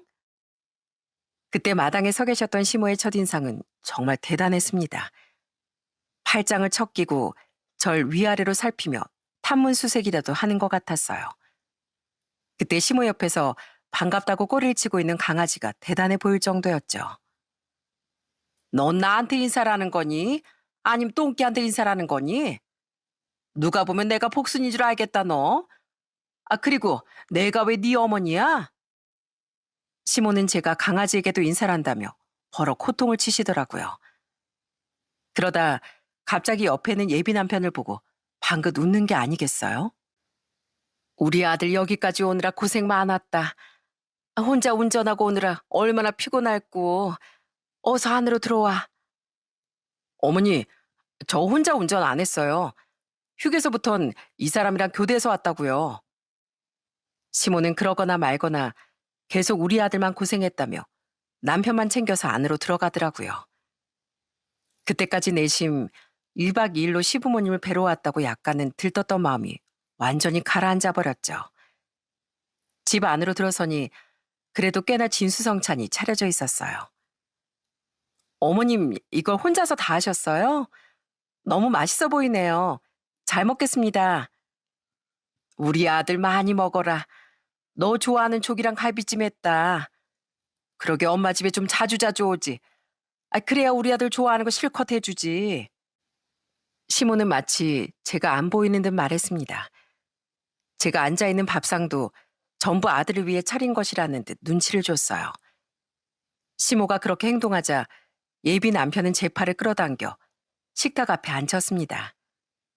그리고 갈비찜이나 맛있는 반찬은 죄다 제 앞으로 끌어왔어요. 당신 휴게소에서도 먹는 둥 마는 둥 했잖아. 많이 먹어. 우리 어머니가 그래도 음식 솜씨가 좋으셔. 잘 먹을게, 어머니. 남편 덕분에 겨우 한술 뜨긴 했는데 그래도 시모의 음식은 꽤 맛있는 편이었습니다. 좋은 마음으로 먹었다면 훨씬 더 좋았겠지만요. 시모는 생선가시 하나하나를 발라 남편 밥그릇에 놓아주더라고요. 그 풍경 속에 저만 없었다면 참 다정한 모자관계로 보였을 겁니다.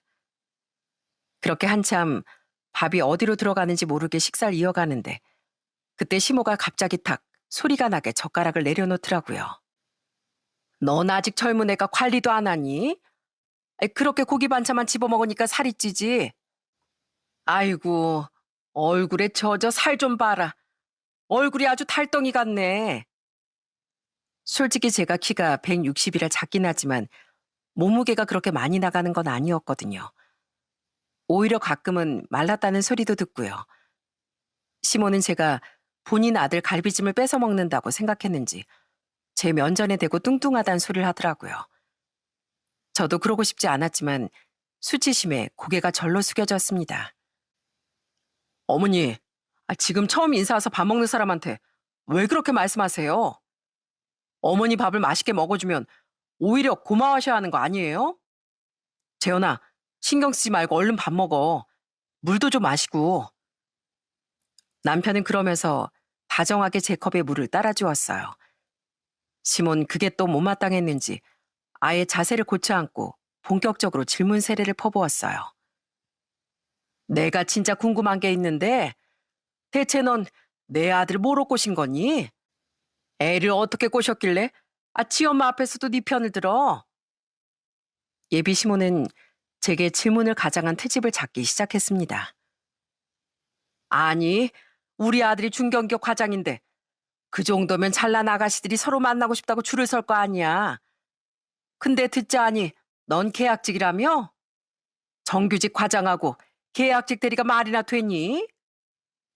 그제야 전 예비 시모가 절 마음에 들어하지 않는 이유를 알 것 같았어요. 본인 아들에 비해 제 지위가 현저히 떨어진다고 생각한 모양이었어요. 시모가 트집 잡는 이유를 알고 나자 전 어이가 없으면서도 슬슬 화가 나더라고요.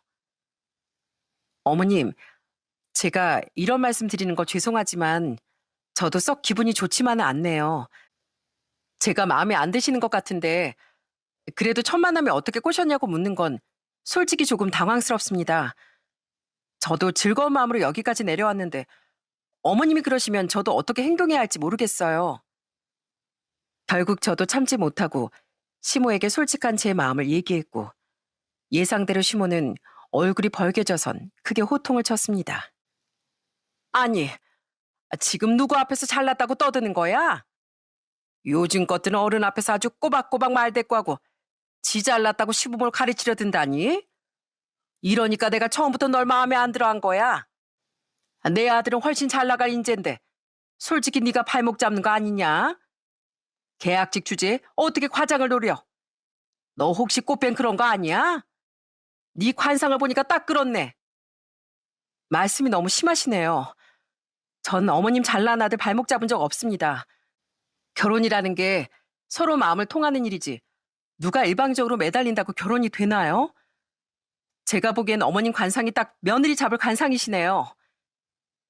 서로에게 이렇게 막말까지 주고받으니 더는 밥은커녕 물 한 잔도 마실 분위기가 아니게 되었어요. 저도 화가 머리끝까지 났고 남편도 화를 참는 듯 입술을 깨물고 있었어요. 시모는 더더욱 날뛰며 제게 삿대질까지 하더라고요. 난 너같이 기본 예의도 모르는 걸 내 며느리로 인정 못한다. 어디서 배워먹은 말버릇이야? 뭐? 내 관상이 며느리 잡을 관상이라고? 오냐? 그럼 오늘 네 말대로 며느리 한번 잡아보자고. 그러던 그때 남편이 갑자기 식탁 의자를 박차고 일어나 밖으로 나갔습니다. 예비 남편의 갑작스런 돌발 행동이라 저도 시모도 깜짝 놀랐어요. 잠시 예비 남편은 쇼핑백 하나를 들고 돌아왔습니다. 저는 그 쇼핑백의 정체를 알고 있었어요. 왜냐하면 그건 제가 시모를 위해 꽤 신경 써서 준비한 거였으니까요. 어머니, 이거 보여요? 이거 장모님하고 재현이가 어머니 드린다고 얼마나 신중하게 고른 선물인 줄 아세요? 이 사람은 이렇게나 신경을 쓰고 여기까지 왔는데 어머니는 어떻게 이러실 수가 있어요? 이럴까봐 내가 다시는 어머니 안 보려고 한 거예요. 뭐? 선물? 음, 아이, 그런 게 있으면 진작에 말하지. 무슨 선물인데 그래? 시몬 그러더니 남편 손에서 쇼핑백을 냉큼 뺏어갔습니다. 그리고 쇼핑백 안에 들어있는 선물을 보곤 표정이 싹 바뀌어선 누가 봐도 티가 나게 기뻐하더라고요. 이게 뭐냐? 아, 이거 금목걸이 아니야. 세상에 이게 몇 돈짜리야? 아이, 넌 이런 걸 가져왔으면 빨리 말하지. 뭐 서프라이즈 선물이니? 어머님 많이 기뻐 보이시네요. 저희 엄마가 그거 예물로 드리라고 준비한 금목걸이에요. 무려 10돈짜리로요. 저희 엄마가 요즘 유행하는 모델로 얼마나 신중하게 고르셨다고요. 그 10돈짜리 금목걸이는 저희 부모님이 시댁에 드리는 인사이기도 했습니다. 시모는 그걸 아는지 모르는지 금목걸이 연신 만지작거리며 입이 귀에 걸리게 웃으셨죠. 아이고, 요즘 금값이 엄청 비싸다던데 뭘 또 이런 걸 준비했니? 그래도 사돈 예의를 아시는 모양이구나. 사돈댁이 좀 사시는 모양이지? 너 갈비찜 잘 먹던데 좀 더 내올까? 너 이제 보니까 아주 합격이다, 합격이야. 시모는 갑자기 갈비찜을 더 내오겠다며 일어섰고 그때 갑자기 남편이 시모 손에 들려있던 금목걸이를 뺏어들었습니다. 어머니는 이 목걸이 받을 자격이 없으신 것 같아요. 저도 양심 있지. 이 사람을 그렇게나 무시하던 어머니한테 어떻게 이런 귀한 선물을 드리겠어요? 뭐야? 아, 너 갑자기 왜 이래? 사돈댁이 나한테 주신 선물을 왜 네가 나서서 난리야? 어머님, 이제 와서 제가 합격이라고요? 죄송한데요. 전 어머님이 불합격이네요. 저는 예의도 모르고 정규직 계약직으로 사람 됨됨이를 따지는 분은 도저히 어머니로 모실 수가 없거든요. 그러니까 이 목걸이는 다시 가져가도록 하겠습니다.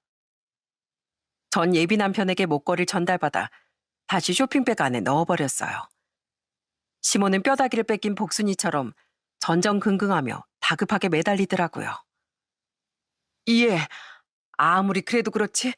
줬다 빼는 게 어딨니?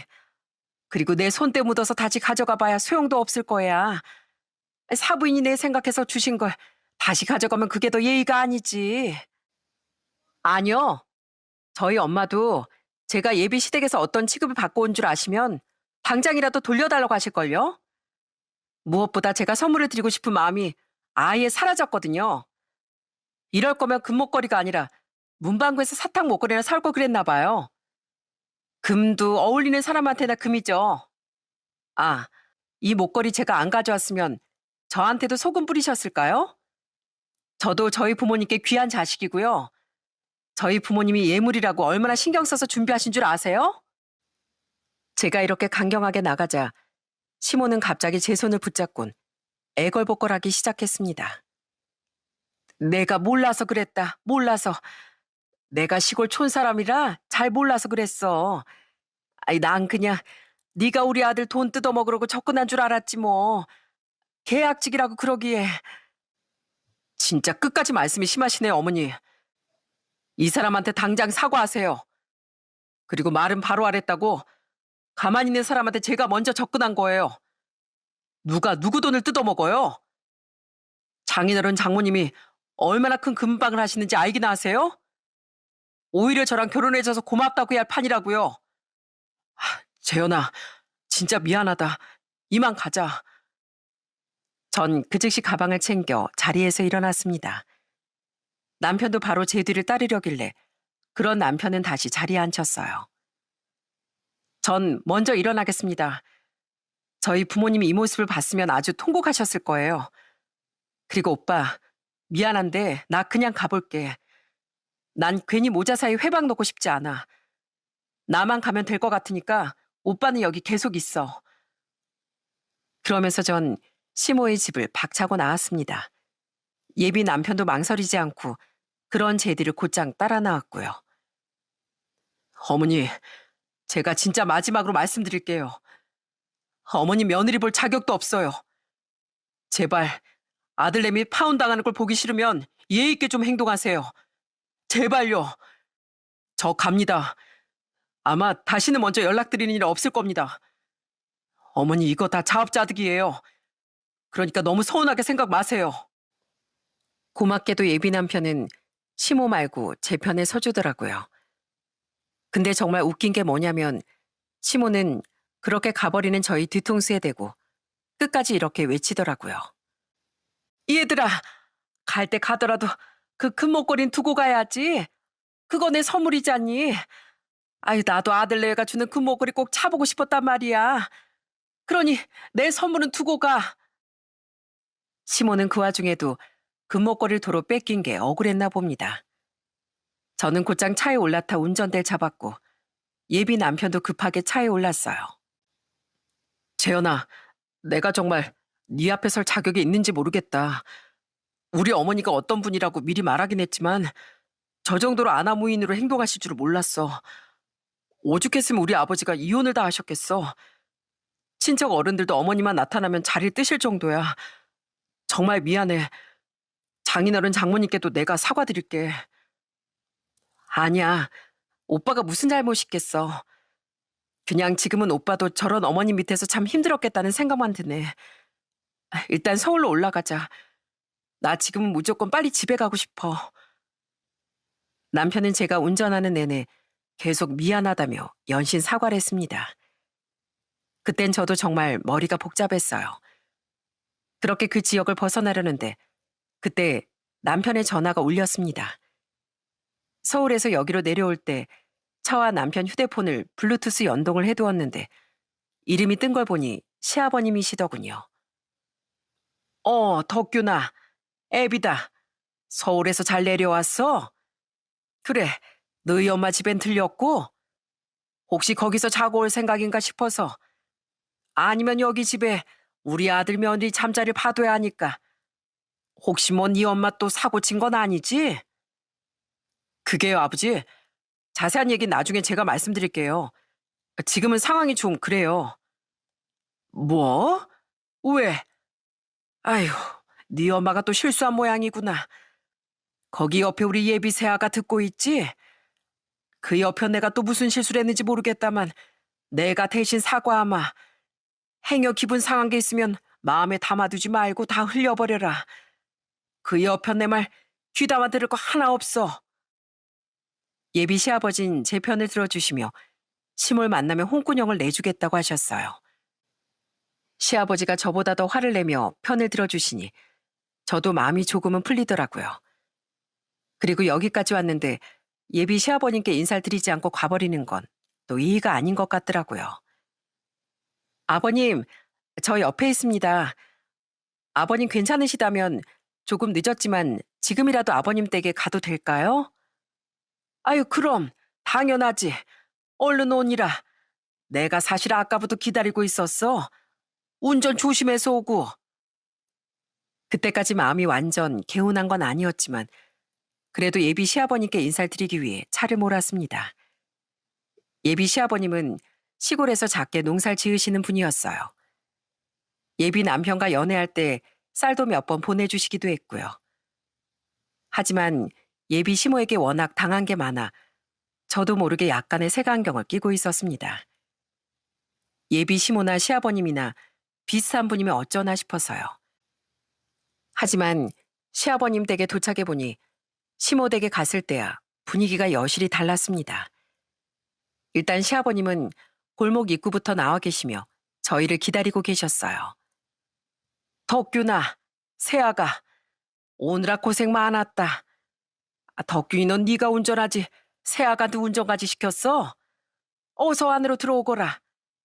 요즘 아침 저녁으로 기온이 꽤 달라.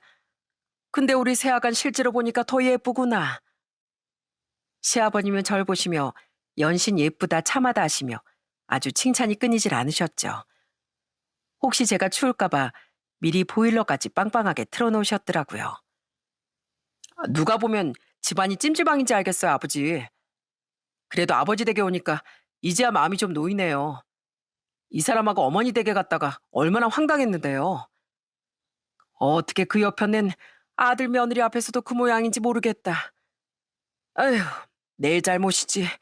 내 잘못이야. 세아가 너한테 내가 정말 미안하구나. 보니까 그 집에서 밥도 제대로 못 먹고 왔겠구나. 안 되겠다. 우리 당장 밖으로 나가자. 내가 이 동네에서 최고로 고급인 한우집을 알아. 거기 가서 우리 세아가 밥 좀 먹여야겠다. 예비 시아버님은 그러시더니 곧장 저희 정말 비싸 보이는 한우 전문점으로 데려가셨어요. 거기서 고기를 얼마나 많이 시켜주시던지 1년치 먹을 한우를 그때 다 먹고 온 것 같아요. 세아가, 좀 더 먹지 그러냐? 고기만 먹기 물리면 냉면 시켜줄까? 아니면 다른 식사 메뉴 중에 먹고 싶은 건 없어? 아버님, 저 진짜 많이 먹었어요. 이러다 살찔까봐 걱정이에요. 아유, 살이 찌긴 뭐 같죠? 지금 세아가 보면 바람에 날아갈까 걱정이구만. 그러지 말고 실컷 먹고 가. 덕균이 넌 뭐 하고 있어? 세아가 앞접시 고기 빈 거 안 보이냐? 예비 시아버님은 정말 제가 바람에 날아가기라도 할까봐 애지중지하시며 연신 저만 챙겨주셨어요. 오히려 남편이 완전 뒷전이었죠. 전 조금 전 시모에게 모욕을 당한 건 벌써 잊어버리고 예비 남편과 시아버님의 극진한 대접을 받았답니다. 그렇게 배가 터지게 한우를 먹고 아버님 댁에 들어와서도 과일이며 주전부리며 먹을 걸 잔뜩 챙겨주셨어요. 혹여 제가 시골집에서 자는 걸 불편해할까봐 이부자리 역시 2번, 3번 살펴주셨죠. 세아가, 비록 아직 결혼 전이지만 내가 벌써부터 너한테 미안한 게 참 많다. 사돈 어르신 사부인께도 마찬가지고 이렇게 귀하게 키운 딸을 우리 집처럼 사연 많은 집에 시집 보내시는 마음이 어떠시겠냐.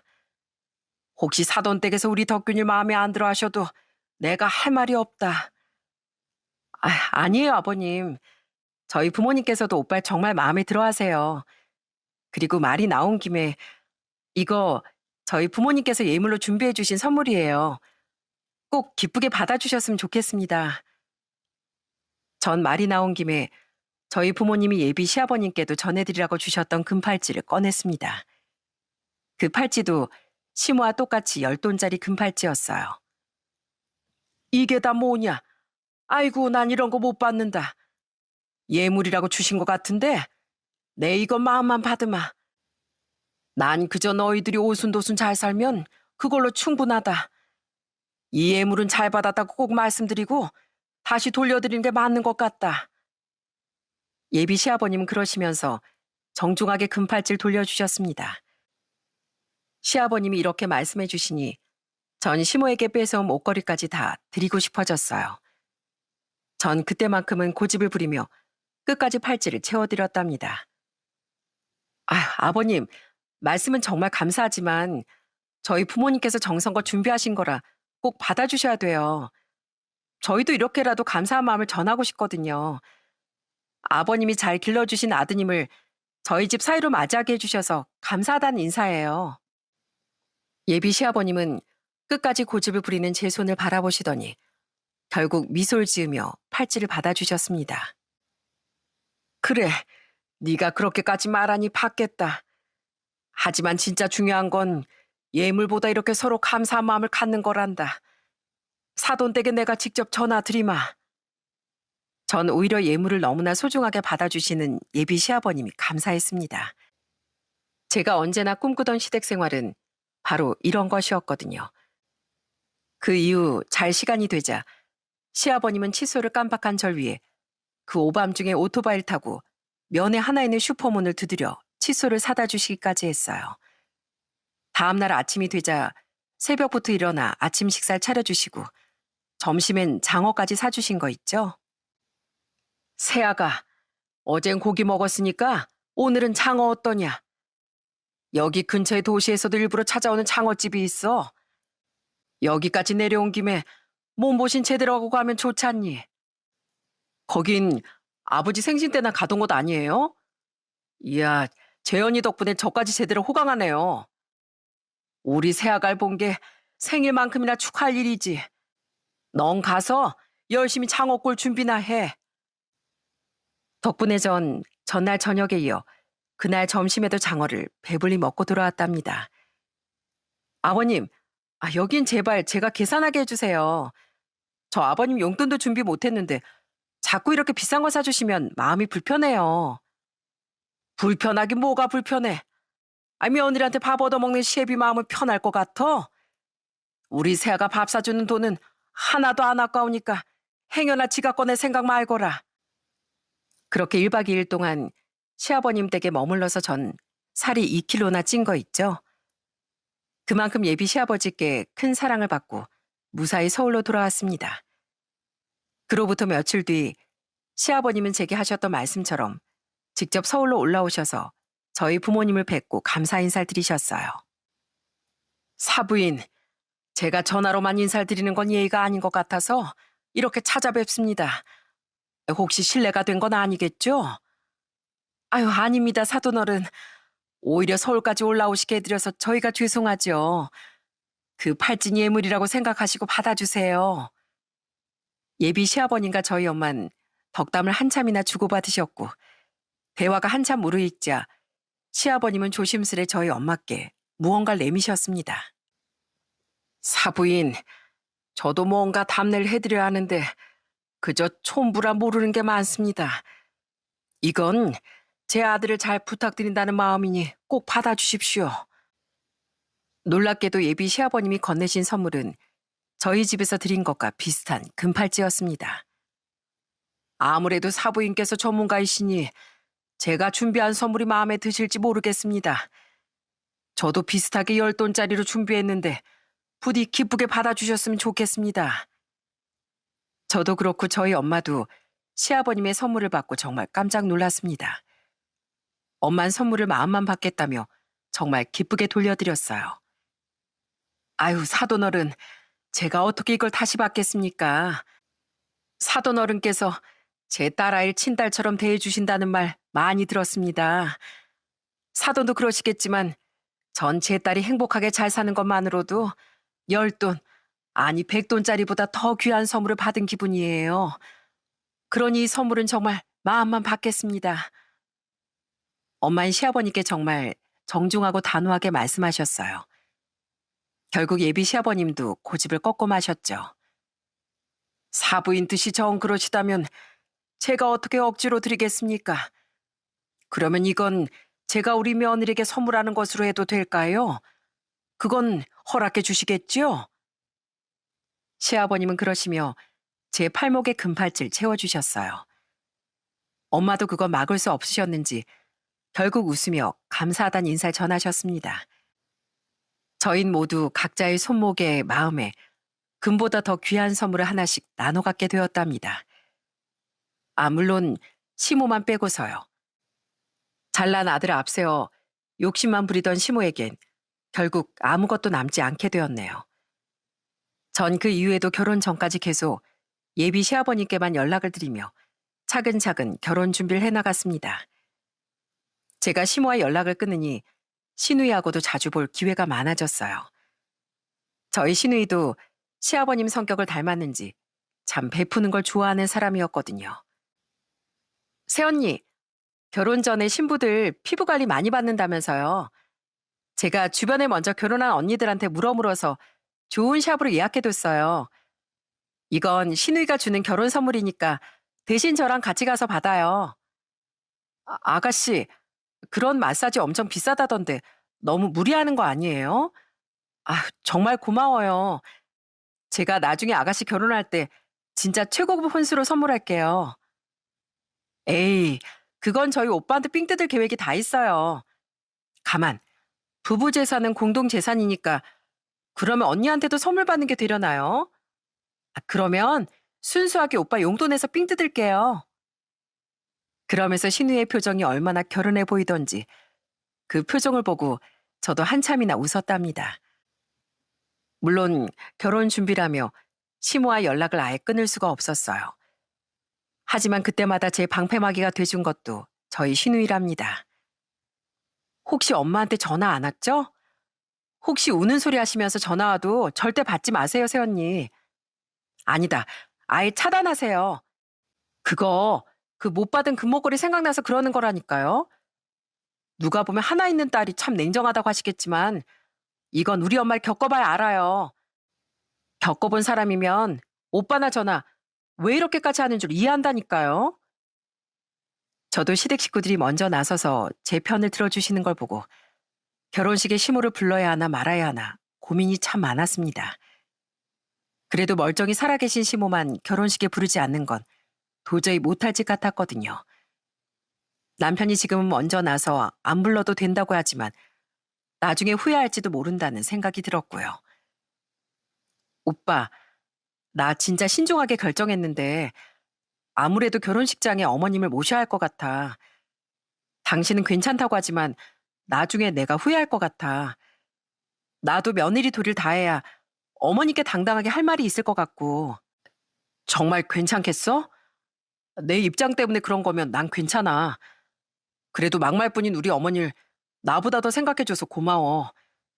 난 언제나 네 선택에 따를 거야. 전 고심 끝에 시모를 결혼식장에 모셨습니다. 저희 엄마 화촉 점화도 하시고 시아버님과 나란히 혼주석에 앉혀드렸고요. 물론 두 분은 멀찌감치 떨어져 앉으셨지만요. 시모는 결혼 직전에 남편과 신우에게 잔소리를 꽤나 들으시고 결혼식 내내 잔뜩 귀가 주고 가만히 앉아만 계셨어요. 전 그런 시모가 조금 짠하다는 생각이 들었지만 제 옆에 있던 신우이가 절 번쩍 정신 차리게 해주었어요. 새언니, 엄마 표정 보고 속지 마세요. 저거 연기예요, 연기. 지금 하객들도 있고 사돈 어르신들도 계시니까 저러는 거라고요. 그러니까 괜히 마음 쓰지 마세요. 알겠죠? 아니나 다를까 결혼식 내내 조용하시던 시모는 식이 끝나자 넌지시 축의금이 얼마나 나왔냐고 물었습니다. 아니, 여기 하객 중에 내 손님도 많을 텐데 나한테도 좀 줘야 하는 거 아니냐? 많이 달라고는 안 그럴 테니까 딱 4분의 1 정도는 받아야 할 것 같은데. 어머니, 말이 되는 소리 하세요. 괜히 장인 장모님 들으실까 봐 무서우니까 그런 소리 꺼내지도 마시라고요. 그리고 여기 어머니 손님이 어딨어요? 친척 어르신들도 어머니 얼굴 보자마자 바로 식사하러 가셨잖아요. 다행히 남편이 알아서 자르는 바람에 축의금 소린 쏙 들어가고 말았네요. 그렇게 행복하게 결혼식을 올린 후에도 시모는 종종 전화를 걸어와 왜 시아버지와 본인을 차별하냐고 대놓고 서운해하셨어요. 아니, 너희도 정말 너무하다. 너희 시부만 부모고 난 사람도 아니냐?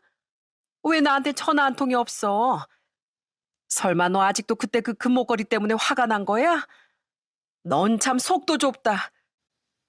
어머님, 전 속이 좁아서 이번 명절에도 아버님 댁에만 들릴 것 같아요.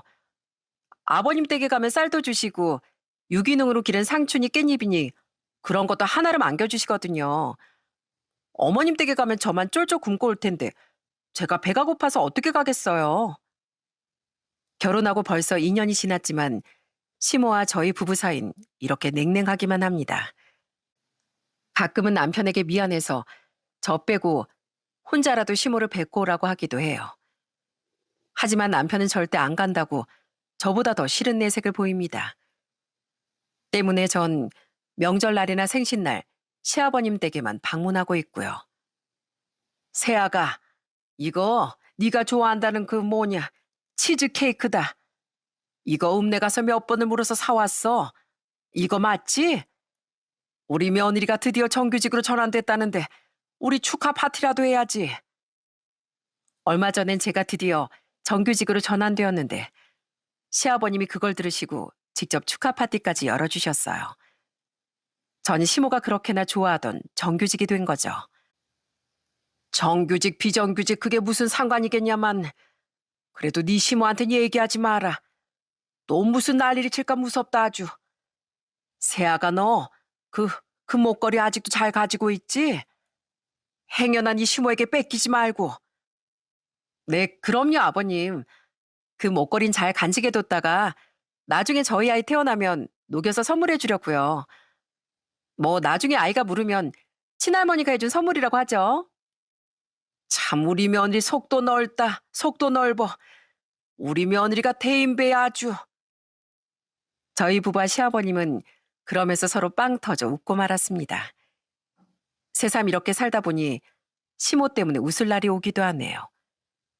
그 뒤로도 저희 가족은 작은 일에도 함께 웃고 축하하며 지내고 있답니다. 남편과 전 언제나 서로를 믿고 존중하며 하루하루를 소중하게 살자고 다짐하고 있어요. 요즘엔 슬슬 아이 가질 준비를 하고 있는데 저희 아이에게도 가족끼리 다투고 얼굴 붉히며 사는 모습보단 언제나 제일 가까운 곳에서 응원해주는 모습만 보여주고 싶어요. 꼭 그렇게 될 거라고 믿고 있기도 하고요. 옛날에 어느 집이나 가온을 가와 만사성으로 적어두었던 기억이 납니다. 집안이 화목하면 모든 일이 잘 이루어진다. 이 말이 정말 딱 맞는 말 같네요. 이 사연을 들으시는 여러분도 저희 시모의 막말만 기억하시는 게 아니라 따뜻하고 정다운 저희 가족들의 이야기를 더 기억해 주셨으면 좋겠습니다.